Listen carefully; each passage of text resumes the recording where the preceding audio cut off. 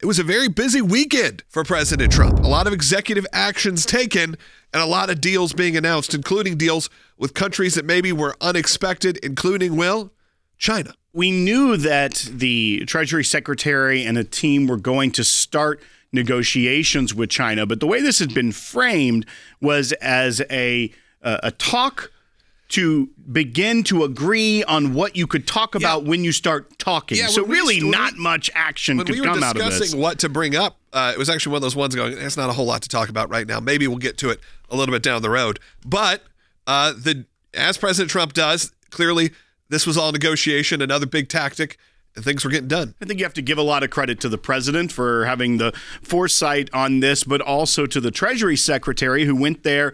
And the reports are he was having like marathon sessions of like 14 hours long with negotiations with his counterparts from China. And what comes down to is that not only did they agree to a framework moving forward on how to get to a more fair trade situation between China and the United States, but also that there were big moves on those retaliatory tariffs, the imbalance of trade as well, things like both sides putting a 90-day pause on any retaliatory tariffs, bringing that back down to a 10% baseline for the American side, as well as from China. So there's going to be kind of an even 10%. There's a 30% on certain sectors from America on Chinese goods, and that is to try and combat the fentanyl situation. But that was an agreement they came to, that they will move forward on how to address the fentanyl crisis as far as China taking aggressive actions to stem the flow of fentanyl and other precursors from China to illicit drug producers. And that also it's a historic thing in many ways too, because they put out a joint statement. Now, joint statements from two countries with negotiation is a very important diplomatic thing. This is something that hasn't happened for years between the United States and China because of the very antagonistic relationship between the two. But even that, it's a huge diplomatic win. Yeah, just to have essentially a joint statement, press release, go out saying, we are doing this together. This is a positive movement. I think this all stems back to what we told you originally when these tariffs started coming in. And look, maybe some of it took a little bit longer than they expected, but not that long really in the big grand scheme of things. That a lot of these moves were to just get people to the negotiation table. Because as soon as you start saying we're going to have 100% tariffs, we're going to have all of this, the toys are going to be less this Christmas, you're going to have a lot of people really upset, but you're also going to have people ready to make a deal. And that is what's happening right now. You may not like the way he negotiates. You may not think that it's going to end up being the best deal. That's fine. But what you can't deny is that there is legitimate movement in a way that we haven't seen for years. We haven't seen anything between a U.S. administration under President Biden and his team that looks like this kind of diplomatic solution that we're seeing with China. Now, you can't trust China. You have to trust but verify. You have to go through all of those things. You have to play hardball many times.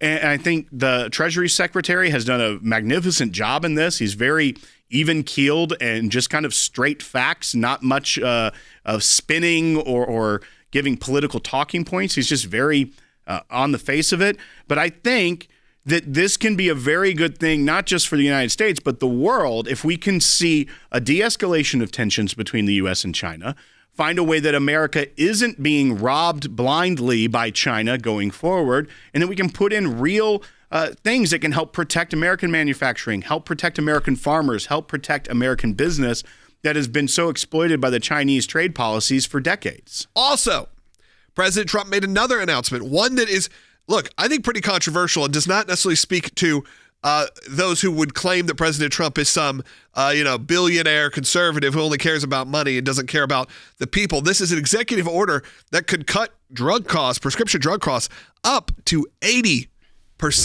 This shocking statistic offered during the announcement of this, that the United States has less than 5% of the world's population, yet funds roughly 75% of global pharmaceutical profits. Let that sink in. 5% of the world's population is funding roughly 75% of global pharmaceutical profits.